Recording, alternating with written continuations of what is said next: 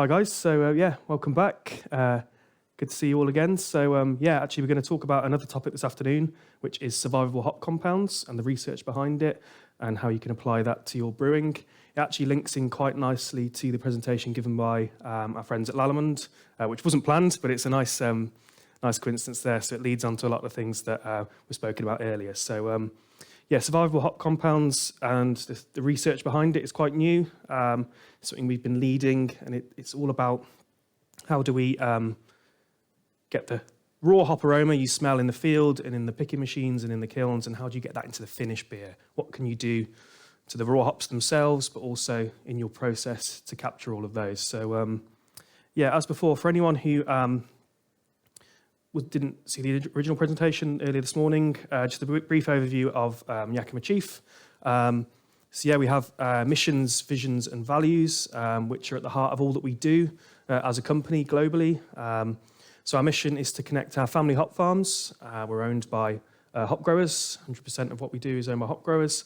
To connect those family hop growers with the world's finest brewers and home brewers, which is keen to emphasise. To provide you guys with the highest quality hop products and uncompromising service for the ultimate benefit of our customers, employees and growers. And our vision is to be the global hop supplier of choice. We want our passion for preserving the planet, treating people, respecting dignity, and our commitment to healthy communities to be reflected in every beer brewed with our product. And then at the heart of that are our 5 key values, which spell out pride, which are passion, respect, integrity, dedication, and excellence. So that's at the core of all that we do globally, and we like to think it comes through in our service, but also in our final product as well. So as I mentioned, we are owned 100% by hop growers. We're the only hop company globally who are 100% grower-owned, so we're really proud to work for those hop growers and represent them. So we've got an overview of the growers on the screen here. Some of these grower families have been harvesting hops since the 19th century, so have picked up a fair bit of experience along the way. You're talking 6th, 7th, 8th generation farmers. So we're really pleased to work with those guys and represent them out in the market. So alongside those hop growers that own the company, we also receive hops from around 50 other grower families throughout the Pacific Northwest. So Pacific Northwest is typically 3 states, so Washington, Oregon and Idaho, which are the 3 hop growing states that make up that Pacific Northwest region. So behind this research, we've got a really strong culture of innovation. We've got our R&D lab with many qualified lab and sensory specialists who have worked in the beer industry for decades, either as on the sales side or as a production side or chemists. We've got a brand new state-of-the-art R&D lab, which is all about upholding our standards, but also with research such as this, doing new research, trying to lead the way. Our research brewery, see on the screen there, that's our colleague JT. His job is to brew beers every day for research. I think so far this year he's brewed about 70 beers, so he's a busy guy. But his experience, he was a commercial brewer before this, his experience and his knowledge is vital to helping these products come to market and make this research come to light.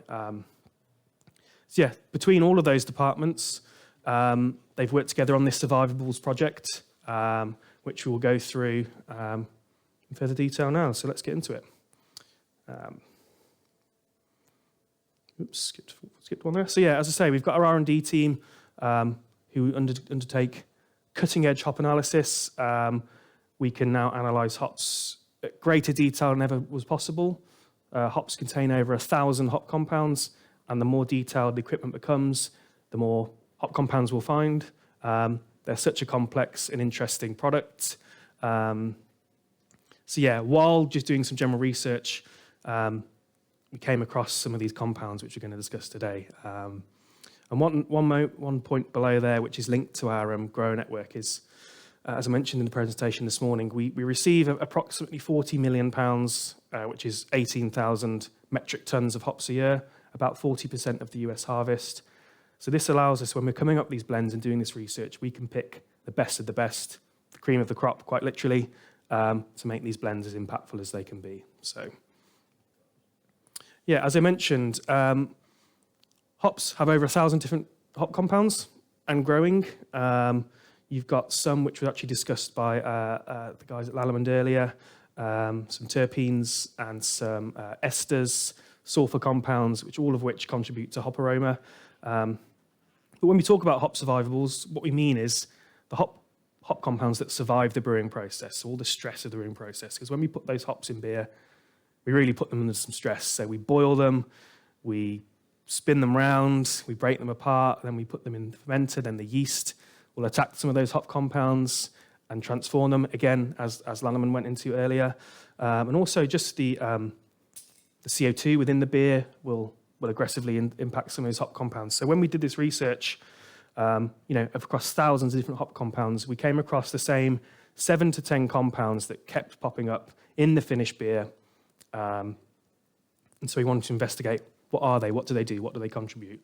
So by doing that, basically brewed a beer and reverse engineered this beer to find out which hop compounds came from which hops and how can we lock in as many of those. So we're going to go into some basic hop chemistry. I'm not a hop chemist, I will phrase that now. So we'll try and keep it quite simple. I won't go into too many scientific terms, though I've been told that one of the guys who works for Browland is a hop chemist or a biochemist. So if you get any detailed scientific questions, I'm going to point you towards him, just so you know. He doesn't know that. So, okay, so if we start off with terpenes. So terpenes make up a very large percentage of overall hop oil, but they're very volatile and actually hydrophobic. So they have very low solubility. So a general rule, as it's mentioned on the slide there, if the compound ends in "ene," it rarely makes the scene or doesn't make the scene. So there's a good chance that you'll put that in, but it won't actually dissipate into that beer or into that work stream. So some of these commonly found terpenes, you might be familiar with some of them, things like myrcene, farnesene. Myrcene can be up to 75% of a hop's total oil, which is a huge quantity. But extremely volatile with very low solubility. So you can see the terpenes generally have quite similar characteristics, quite herbal, quite woody, quite earthy, pine in there as well. Sort of classic hop aroma, I guess. So these survivable compounds form sort of three categories. So we've got the monoterpene alcohols, the soluble esters, and the polyfunctional thiols. We'll just sort of have a brief look at all of those, and you read these long scientific terms, and you think, what does that actually mean? What is that flavour? So we'll try and go over some of those and help translate those for you. So if you take one thing away from this, survivability kind of equals solubility. So when you're throwing all those hops in, what's going to be soluble and what's going to survive that brewing process, as we say. So one word is survivable. So keep that in mind. So terpene alcohols, they're related to terpenes, but they're far more soluble. So again, one of sort of the phrase there, if it ends in "ol," you just might get it all. Kind of rhymes, but you get the idea. So they're far more soluble.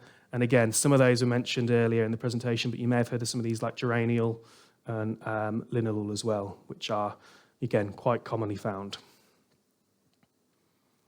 So geraniol. So again, it's one of the highest proportion hop oils in there. And what is it? It's a terpene alcohol. And what does it smell like? As you can imagine, geraniol, geraniums. It's quite floral, quite citrusy. And there we have a note there that it can be biotransformed by certain strains of yeast into beta-citronellol during fermentation, which again is a hugely powerful citrus-like compound. So which hops have the most of these? We've got hops like Talus, which we've got for the guys in the audience here today to smell downstairs with some samples. That's a newer variety. Centennial is extremely high in geraniol, classic hop. I'm sure you've all used Centennial once upon a time. Cryopop, which is the new hop blend, which we'll get onto later, which you've got a sample here, you guys, and then Sabro and Chinook. And then linalool, again, another monoterpene alcohol. It was the first hop oil discovered in beer in the 1970s. It's used commonly in the cosmetics and the fragrance industry because it's so potent. Strong fruity aroma. An American colleague of mine put this presentation together. So I've never had Fruit Loops cereal, but I've been reliably told that they're extremely fruity, very sweet, almost candy-like characteristic.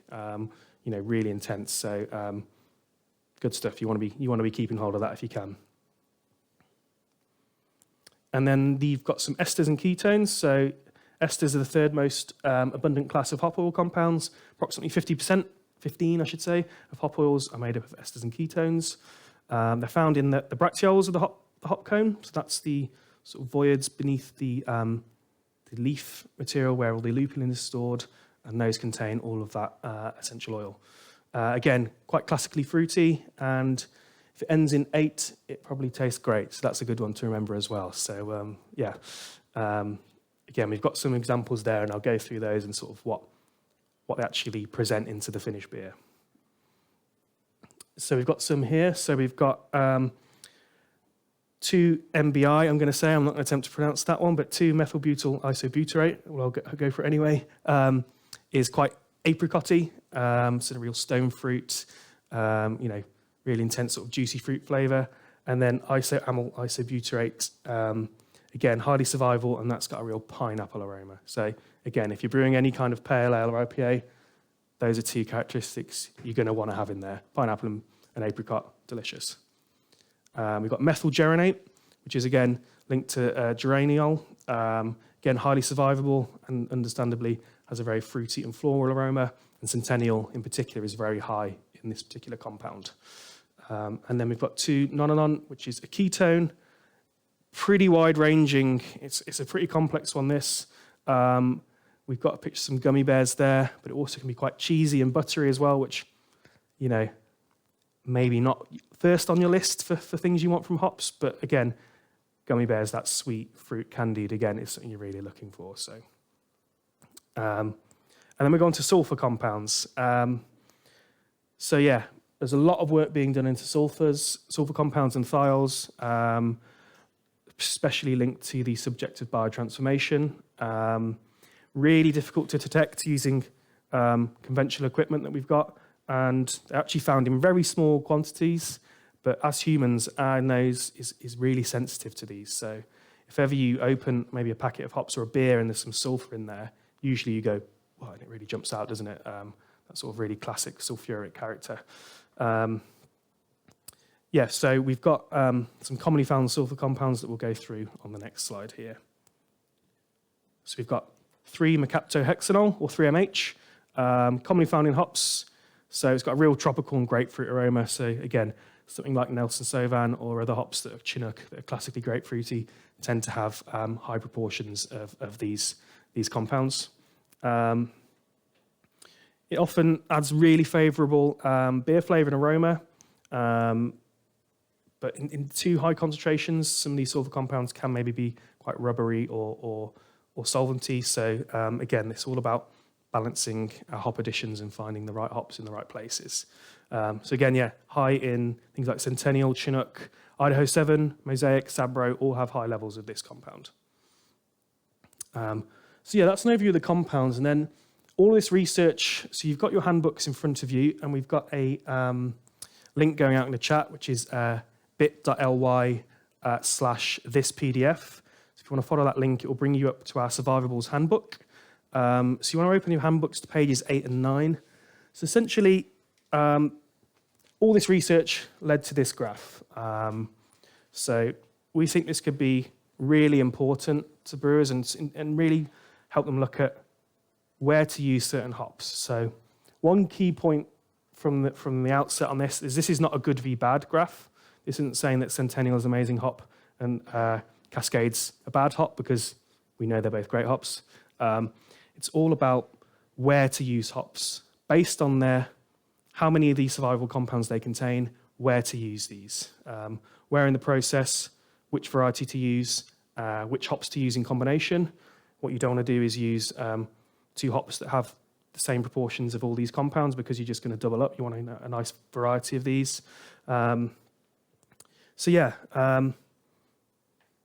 Moving on to the next one. So essentially, On the left, we've got hops that are high in these survivable compounds, and hops with higher concentrations of survivable compounds have a better likelihood of being successful when used earlier in the brewing process. So essentially, you're putting hops in earlier that have higher levels of these compounds, more is going to survive through into the finished beer. So, for example, we've got an example here, Idaho 7 compared to Cascade.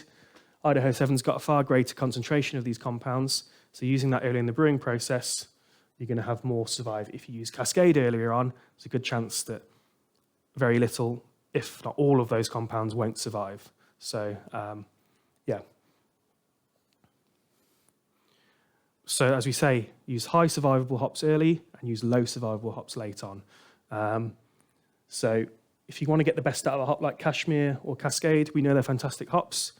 Use them later on because there's less chance that they will be impacted by the stresses of this brewing process, and we'll be able to get the best out of those. So yeah, when we define these time periods, we have early, meaning late kettle, so 5 to 10 minutes before the end of boil, flame out, whirlpool, or AFDH, which stands for an active fermentation dry hop.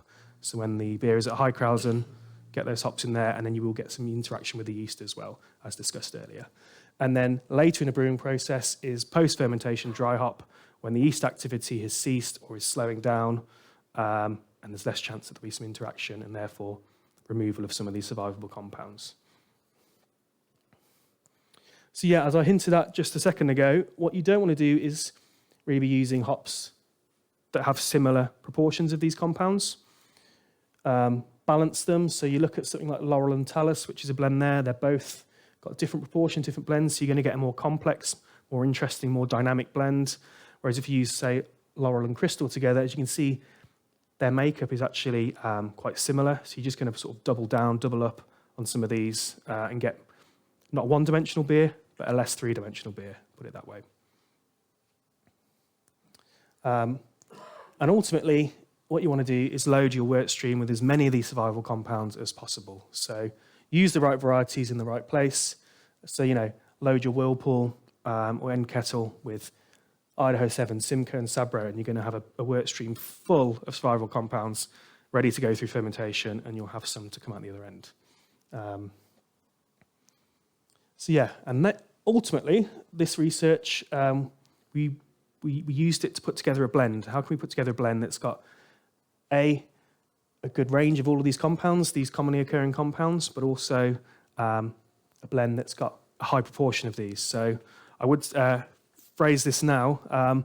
For any questions that are coming up, I don't know the blend. It's a company secret, so I don't know what go into it. If anyone decides to ask, I genuinely don't know, so I'll get that in early. So yeah, we came up with Cryopop, which is a supercharged pellet, and the idea is that it provides brewers with a dynamic solution for juicy, fruit-forward, and highly aromatic beer styles. It's got massive tropical stone fruit and citrus aromas. And yeah, it's sort of the beginning of a whole new interesting line of research, really. Sort of what can we do with this information? What hop products can we produce? So yeah, again, I've got some samples downstairs, and yeah, guys at home, if you want to contact your retailers and see if they've got any in stock or can get some in stock, I highly recommend it. It's a truly excellent, stunning product. So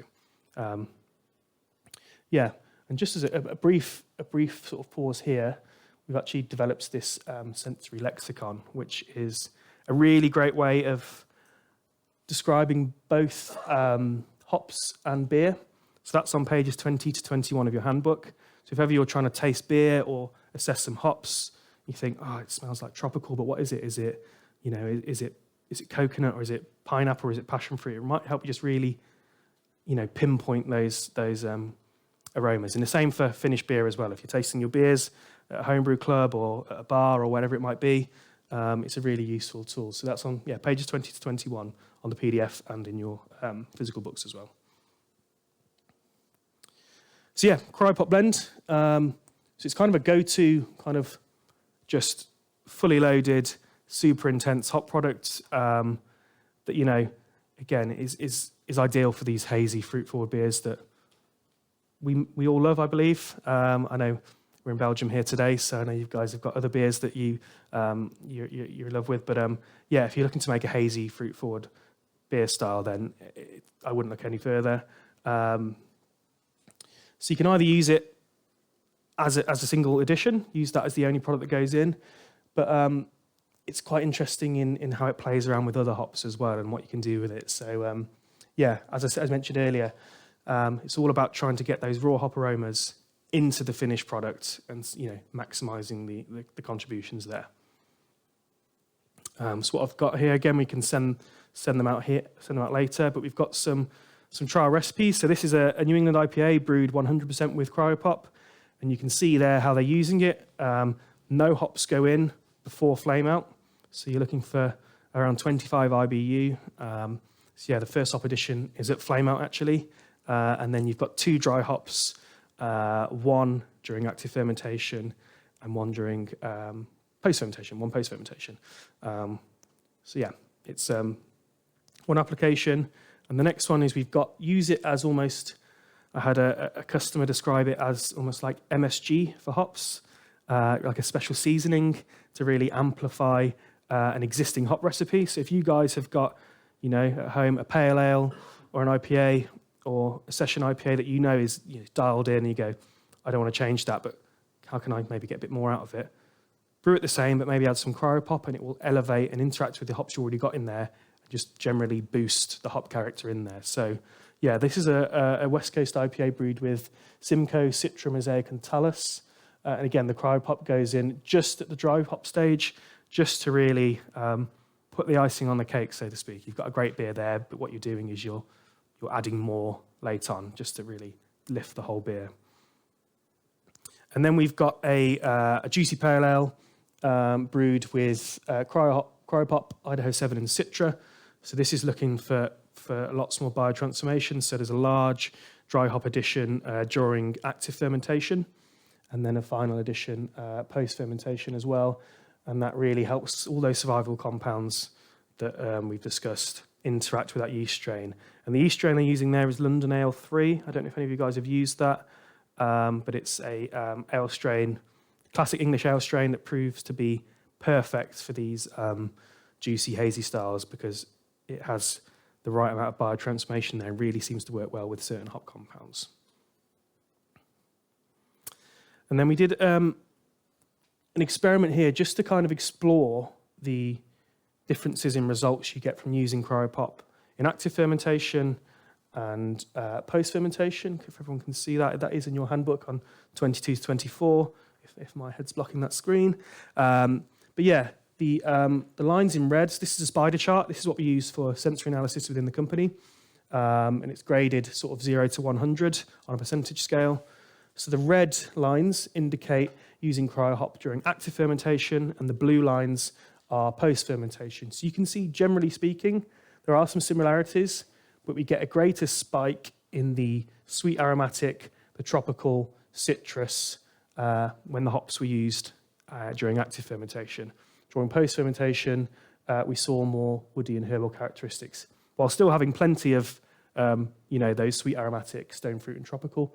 But it's quite interesting to see, obviously, because of that yeast interaction and that biotransformation, the amount we saw. So this was done sensory analysis by our sort of qualified, trained sensory panelists over in the US.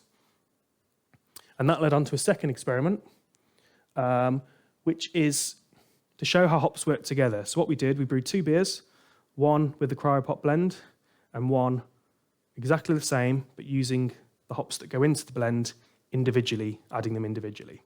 So you can see that the red line again is the blend, and the blue line is actually all the beers brewed single hop with each individual hop, then blended into a final package, into a final keg. So you can see again, we've got greater spikes on all the floral, sweet aromatic, berry, stone fruit, tropical characteristics. So again, it shows that how when you're adding all of those hops at once as a blend, how with the sort of the synergy between A, the hop compounds, and B, also the yeast can really yield you greater results. So yeah, these are the kind of things we do sort of back at base to kind of validate our research, really. It's nice to see that come to fruition. So yeah, that's the end of the presentation. So I'd love to move into some questions if possible, and we've got questions coming in from the live stream, and also if anyone's got any questions in the audience here, then I'll be delighted to answer them.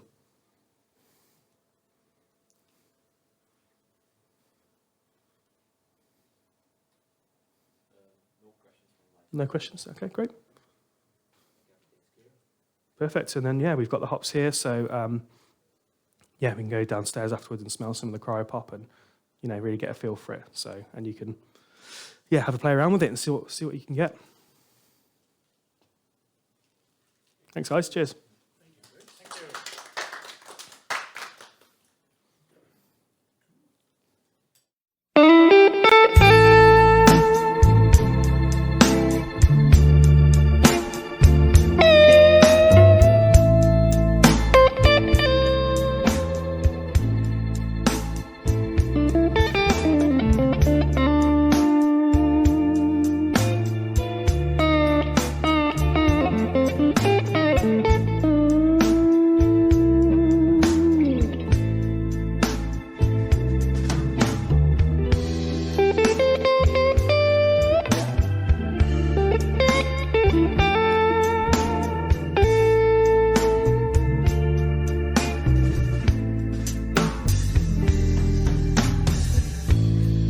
Slightly hungover,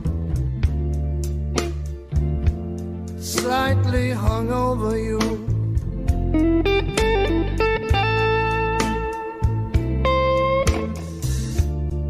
Slightly hungover, slightly hungover you.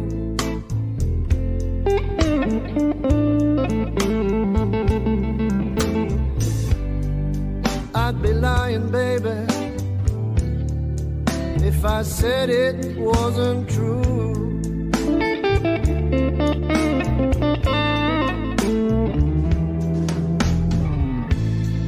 Slightly